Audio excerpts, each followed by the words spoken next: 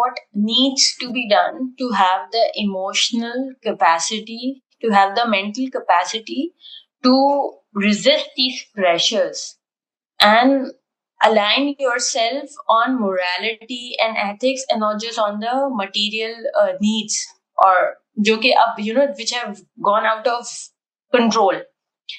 मैं उस दिन इस बारे में सोच रही थी and I found that when I'm sitting in these rooms, they make me appreciate the friends and the companies I have.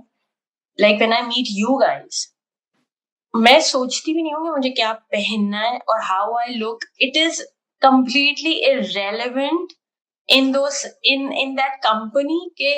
और जिस तरह इनफेमसली राहिला कोटेड कि जो मुझे दिख नहीं रहा वो मेरा मसला नहीं है. And it is such a cool way of thinking कि जो मुझे दिख नहीं रहा वो वाकई मेरा मसला नहीं है. मेरा मुंह पे मेरा मेक जो जैसे मैं वो मेरा मसला. There is a reason why nature did not allow you to see yourself and you should respect this के वाकई. तो अगर जिंदगी में आप बैठ के सोचें कि क्या सही है, सबके पास बहुत सारे सोशल सर्कल्स होते हैं, लेकिन क्या एक या दो आपके पास ऐसे दोस्त फैमिली में सर्कल्स हैं जहां आप बैठते हैं तो आप जेन्युइन होते हैं, जहां आपकी वर्थ आपके कपड़ों से, आपके बैग से, आपकी एक्सेसरीज से नहीं लेबल होती, बल्कि आप जो बोल रहे हैं, आप जो सोच रहे हैं, आप जो महसूस करते हैं, that is what they recognize and value you for.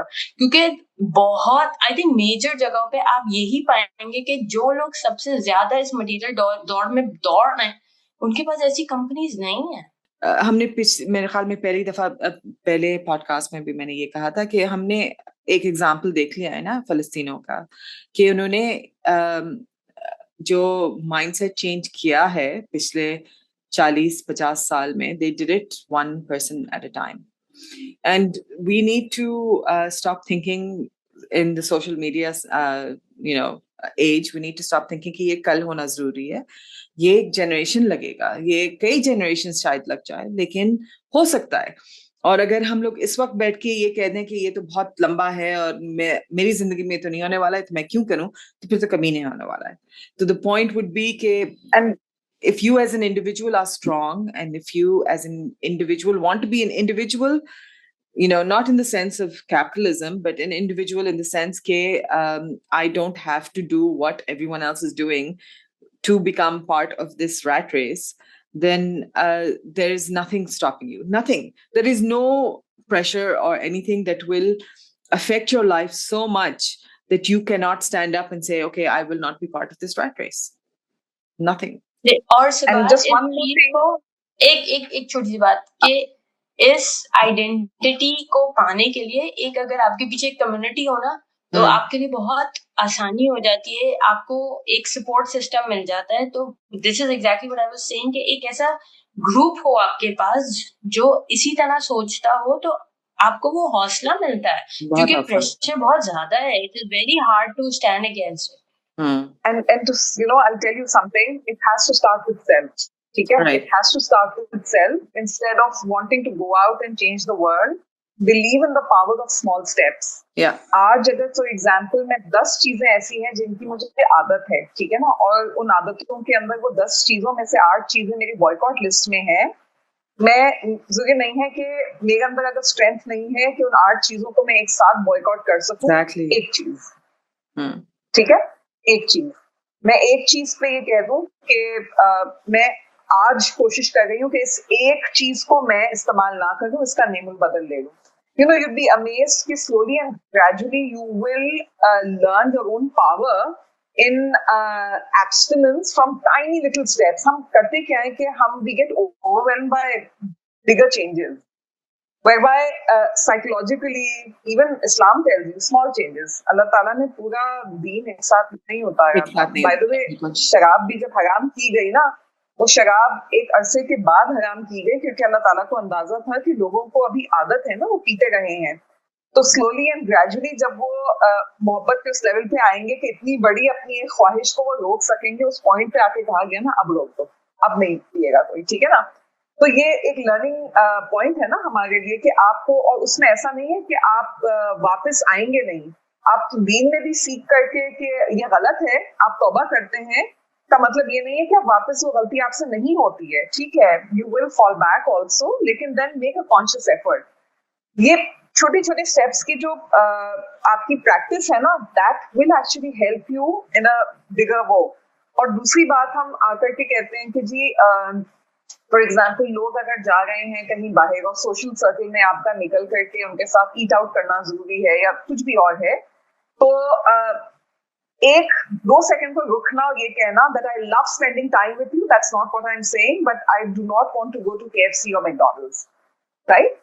And I'm perfectly happy going anywhere else, but by all means, if you want to do it, go ahead and do it. I have a stance, I will not go there. It's interesting that when you say it that way, that you're sure about your own boundaries and this is what you want, people slowly and gradually start respecting that.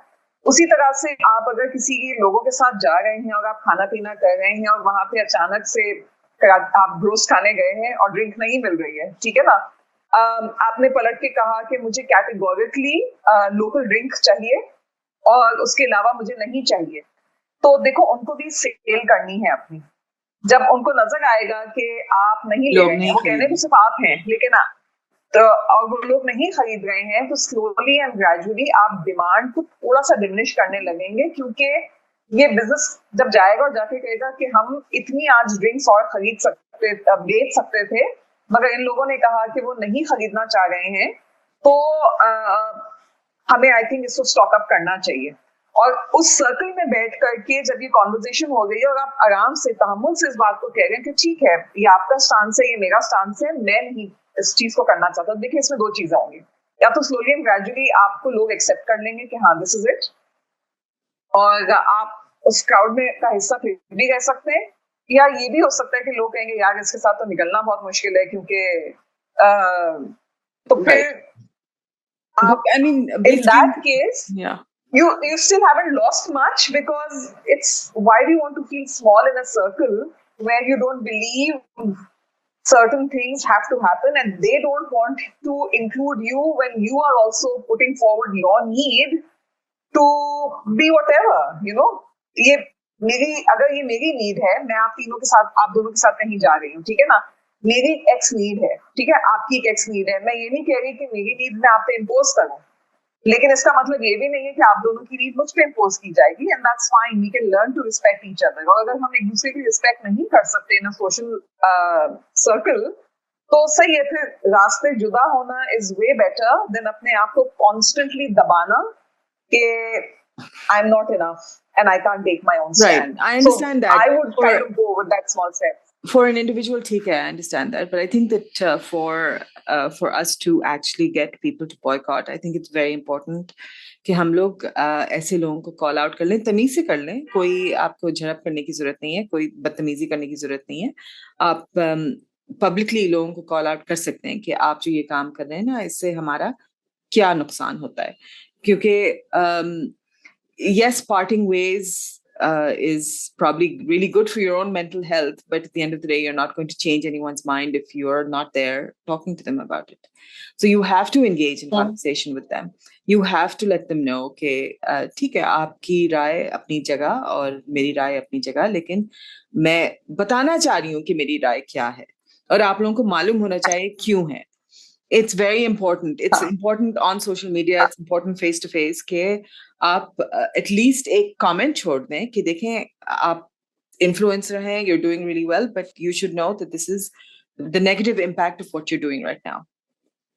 Because we don't call it out. जब आप ये करेंगे तो आपको हर तरह के reaction के लिए तैयार रहना चाहिए, क्योंकि हर आदमी जो है उसको पोलाइटली नहीं सुनता। एक जो I've told you guys this already कि जब genocide शुरू में start हुआ and I went to the mall and there were people still buying McDonald's, so I went and asked them politely, and I did not even ask them to not buy it. I just went to this lady and I just asked, are you sure you want to buy McDonald's because there's a genocide going on, and then I would leave.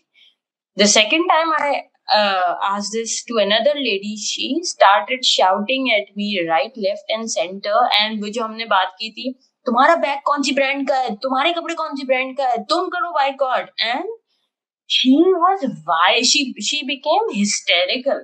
So जब आप बात करते हैं ना तो इस तरह का भी रिएक्शन आ सकता है, no matter how polite you were, how calm you were, Fine. and how matter of fact you but were. you It was have nothing to, personal, but people take it absolutely. personally.